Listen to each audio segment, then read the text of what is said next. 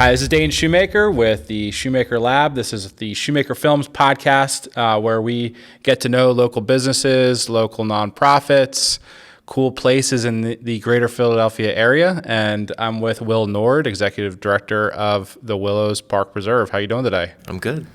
Good. Thanks for agreeing to do this. So the Willows has been really a mainstay of, this area, right, main line for a long time.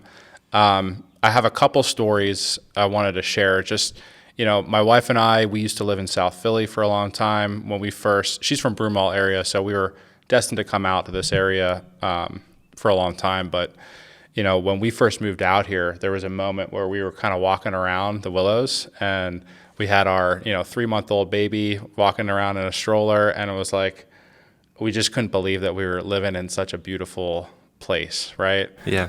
Fast forward a year later, this is around 2020, during the pandemic, we spent a lot of time outdoors. And so, we're a stone's throw away from here, right around the corner. But, a lot of videography that we do came from spending a lot of time out here. So flying the drone around, spending time outdoors with the kids, capturing all that stuff on film. So the Willows, the park, and then I was kind of obsessed with this mansion for a long time too. I like history and was always kind of curious about this. So one of the first, early videos that we did was for you guys a couple years ago. So, really appreciate. I feel like we're coming full circle here a little bit. So, yeah. Kind of interested today, for anyone that might be watching this or listening to this that doesn't really know, much about this place. I hope we can kind of dive into it a little bit today, learn about the preserve and, and what you guys are doing here. So. No, absolutely. Always excited to tell our story. We are, as you know, we're a young nonprofit. So the more we can get the word out about who we are and what our goals are, the better. You're right. This place is beautiful. I actually was fortunate to grow up in this area, and so as a kid, I would come here sledding on the hills back there, going fishing in the pond, and now I get to work here, which is really, really cool for me. So this is kind of personal and professional what I'm doing day to day. And yeah, it is, like you said, it's a beautiful place. A lot of people come visit the park. A lot of people aren't really sure what this mansion is all about. So again, we love to tell our story as much as possible. I guess I can start with a little bit of the history of the mansion, and then kind of get into. Tell us about the history. That sounds great. Yeah, so I'm a history geek too. Fell in love with history at Radnor High School. Studied history in college. So I have a deep appreciation for kind of all the stories that came through this pretty awesome building home. So it was built in 1910. Okay. John Sinnott purchased the 47.5 acres that this house sits on. He purchased the property and had the house built for his wife as a wedding gift. Okay. So John Sinnott and his family owned Moore and Sinnott Whiskey Distilling, which was one of the largest whiskey distilling companies in the country in the early 1900s. In addition to the Sinnotts, actually 3 other families lived here from really 1910 to about 1970. Fast forward to 1973, and Radnor Township purchases the property. Okay. Yeah. And the building itself. Yeah. So, the kind of the history of the property and the mansion starts with 4 different families, and then moves into the township owning and operating and maintaining the park and the mansion for decades. And then there's a whole nother layer of memories that come with, a township having, a park for their community. Sure, yeah. So 1973, Radnor Township purchased it. What was it then? From 1973 on. Yeah, so it was interesting. So a little while back, I got to read some of the Board of Commissioner meeting minutes from Radnor Township back in like 1973, 74, 75. And it was fascinating reading those minutes about this park. So When they originally purchased this park, there was a pretty big article in the Mainline Times. The goal of purchasing this was to preserve some open space. But besides that and making it a public park, I don't think initially they really knew what to do, especially with the mansion. And so I forget exactly what year it was. I think it was a few years after they purchased this, 75, 76.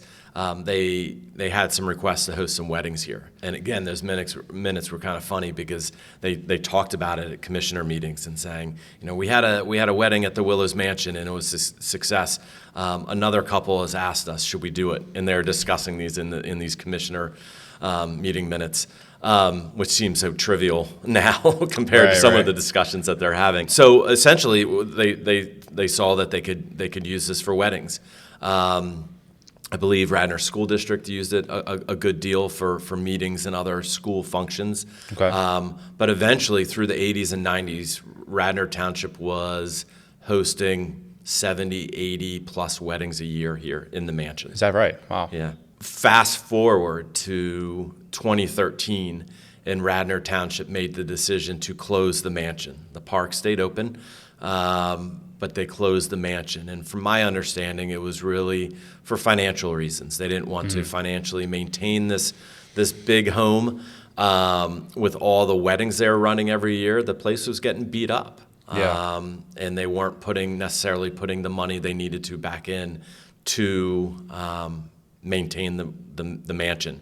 So they made the decision in 2013 to close the Willows Mansion, lock the doors.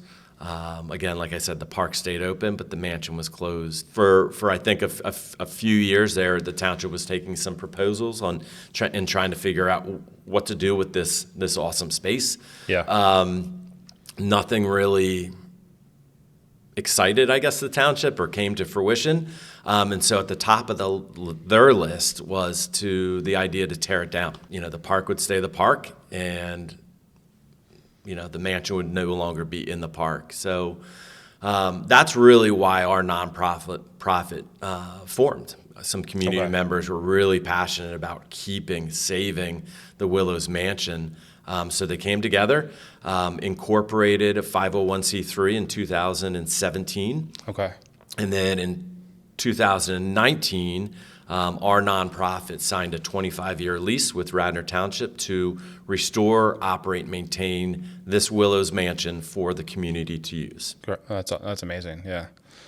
So that was in 2019, you said? The summer of 2019, and then as we all know, about 6 months later, we're in a pandemic. Yeah. Great time to start any kind of business, right? Yeah, right. Yeah. Let alone an event space and a public gathering space, right? So, so what was that like? I mean, so when did you come on board as executive director, and then what were some of the early challenges? I'm sure there were a few. Yeah, well, I think all of us are pretty familiar with what that year plus was like. Schools, businesses, for-profits, not-for-profits. We all did our best to survive. So I came on, my first official day was December 1st, 2020. As the executive director. So again, right in the thick of it. And so the early day challenges, pandemic or not pandemic, our early challenges was just spreading awareness that we were a nonprofit and that we were here at the Willows Mansion trying to restore it and open it up for all of us to use. It was, closed at that time for seven plus years. Right.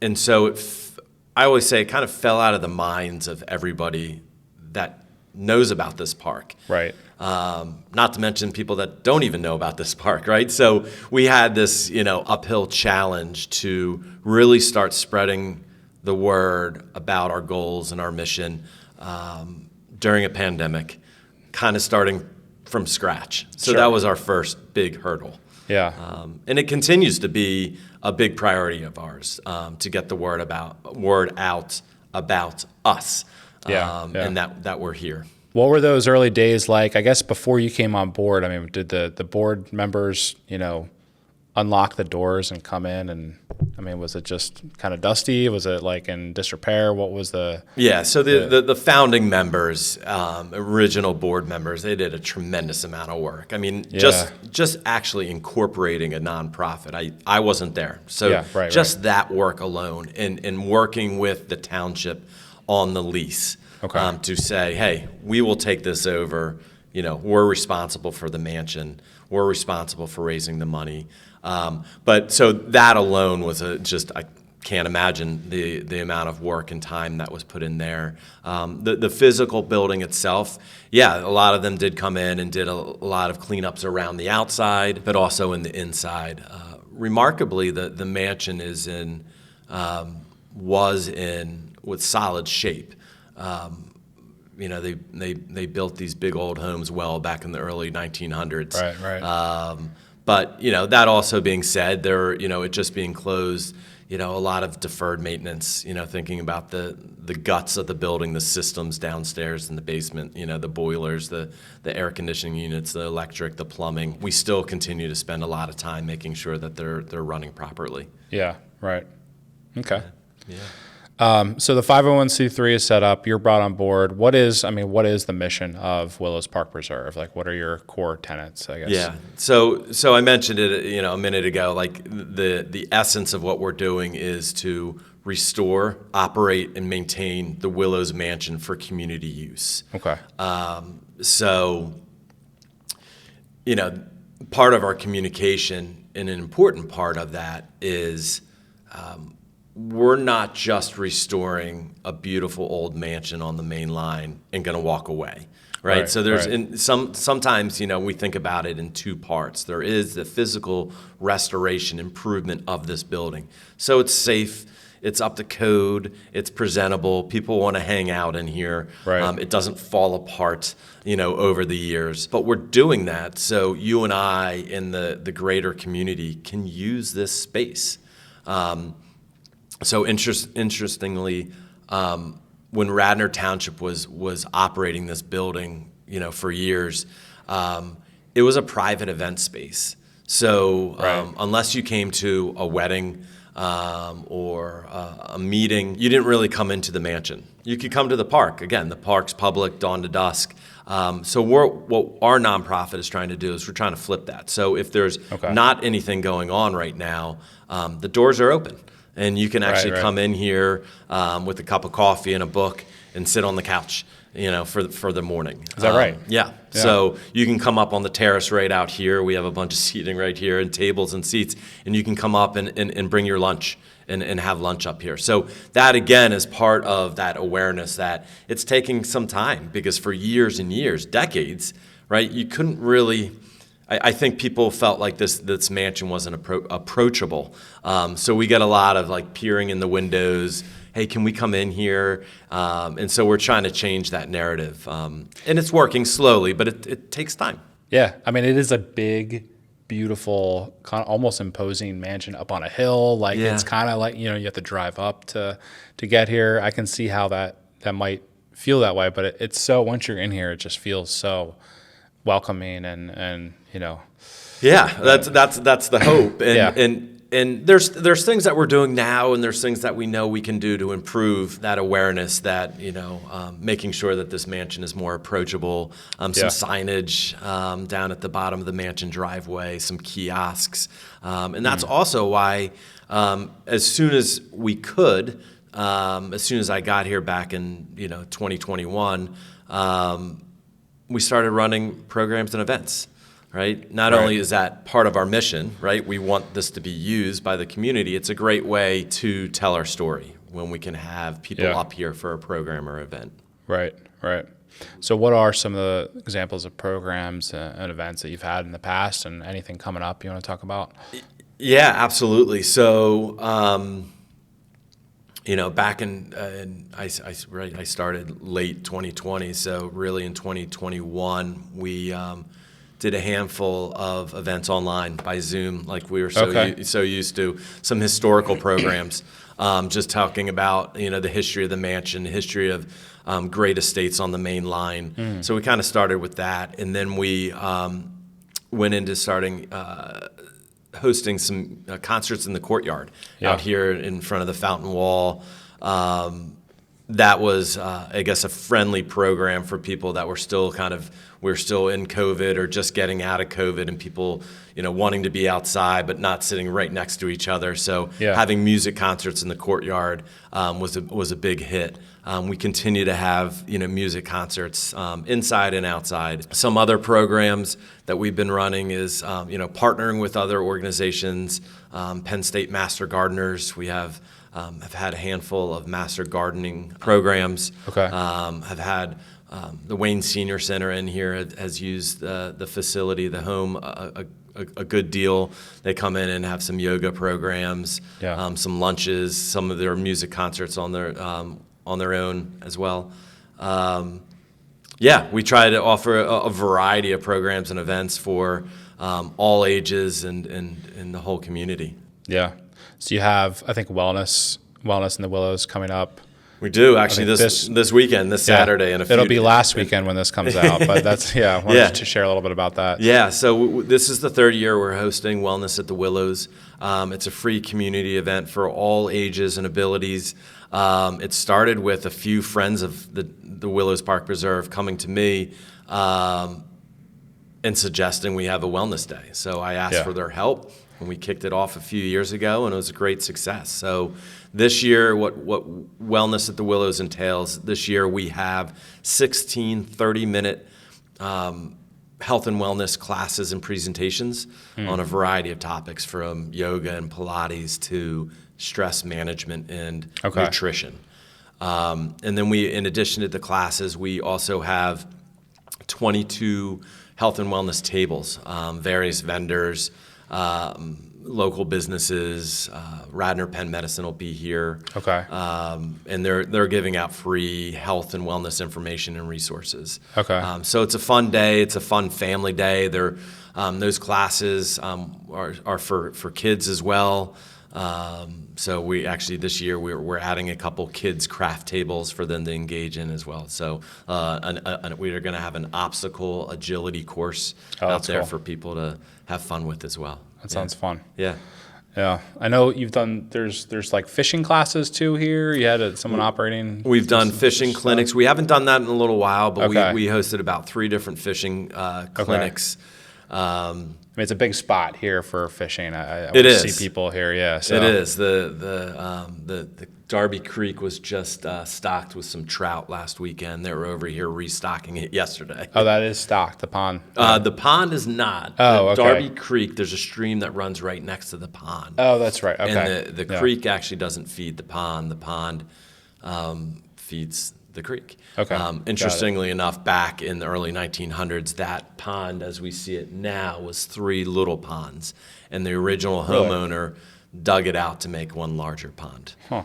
But there's fishing for kids allowed in that pond and of course, the stream, too. Okay. Yeah, so, in addition to Wellness at the Willows coming up this weekend, next week on May 2nd, we actually have Radnor Middle School. Their string ensemble, 7th and 8th grade string ensemble and jazz band is going to play in the courtyard, which is awesome. May 19th, we are partnering with Episcopal, Shipley, and Radnor High School jazz bands. Nice. So we're going to have them out for a Sunday afternoon. All 3 schools are going to play.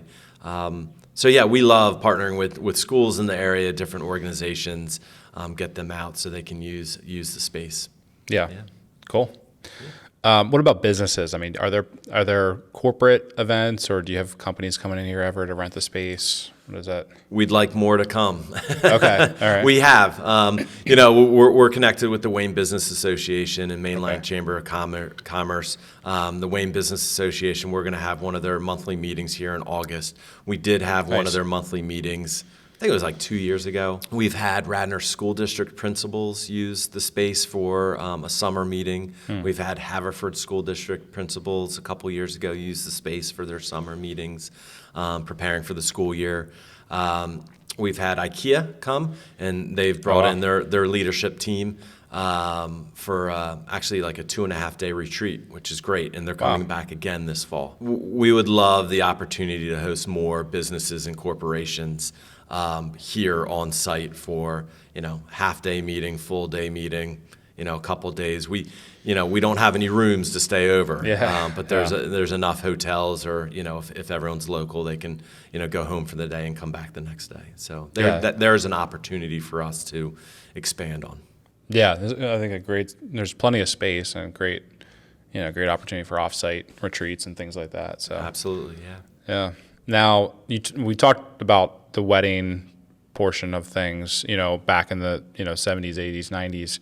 Yeah, that's coming back pretty heavily too, right? I mean, how many? Yeah, absolutely. So the weddings are really important to our sustainability as a young nonprofit. So we partnered with Peachtree Catering a few years ago. Okay. They're a great caterer. They're actually Radnor based. They have a few different venues in the area. So our partnership with Peachtree has been great so far. Per our lease with Radnor Township, we are only allowed to host 25 major private events. So that essentially means per year, right? Per year, sorry, yeah.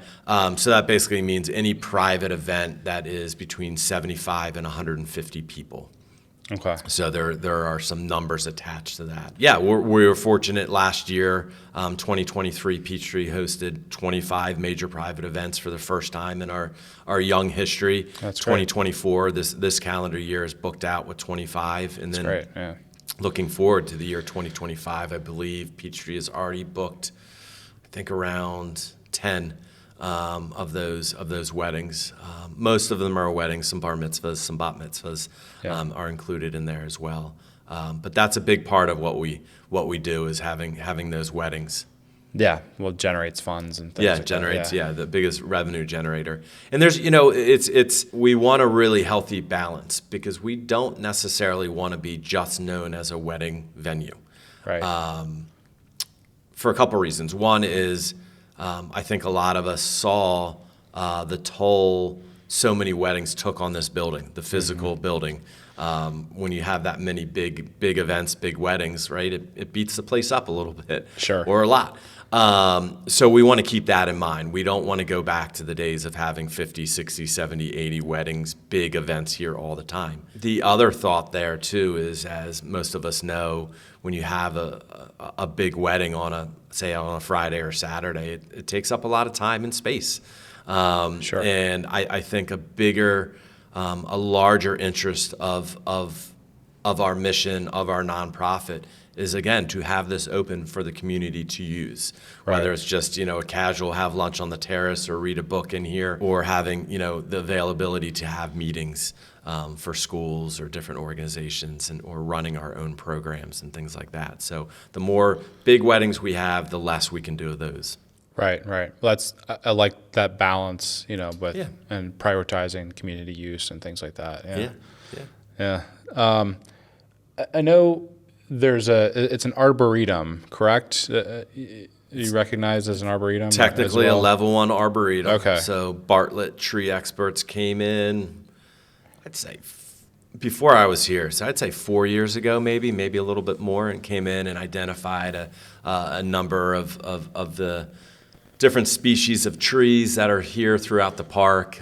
They labeled the trees. There's a catalog on our website as well. So that is something we have done. We give arboretum tours. A couple of our board members are pretty versed in the different different species of trees. Got it. Yeah. So they do a really good walk through the park. Yeah. Yeah. Nice.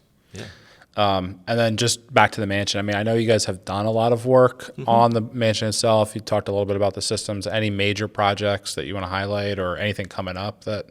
Yeah, so the biggest project that we've done to date was right before I got here. So I guess in the summer of 2020, the end of summer 2020, early fall, we completed the roof project. Okay. So, regardless of the size of the house, when you're doing a restoration, right, you want to start with the roof usually, right, to seal it.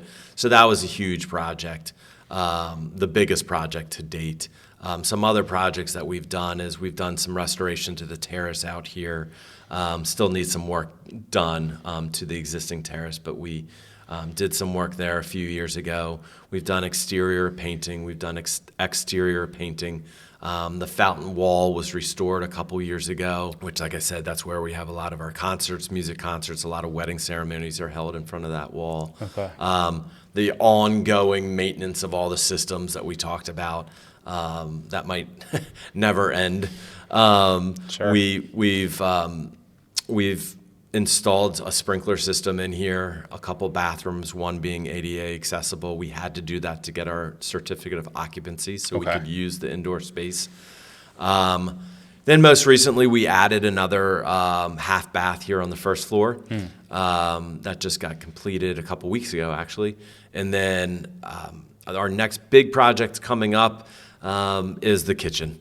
Oh, wow. Okay. Yeah, so we've been hoping to start that now for months. Yeah. But just, things happen, and we're hopeful to start that sometime this summer, restore our kitchen. So it's a fully up to code, fully functional kitchen that our caterers can use and other groups that come in here can use. Yeah. Cool. Yeah.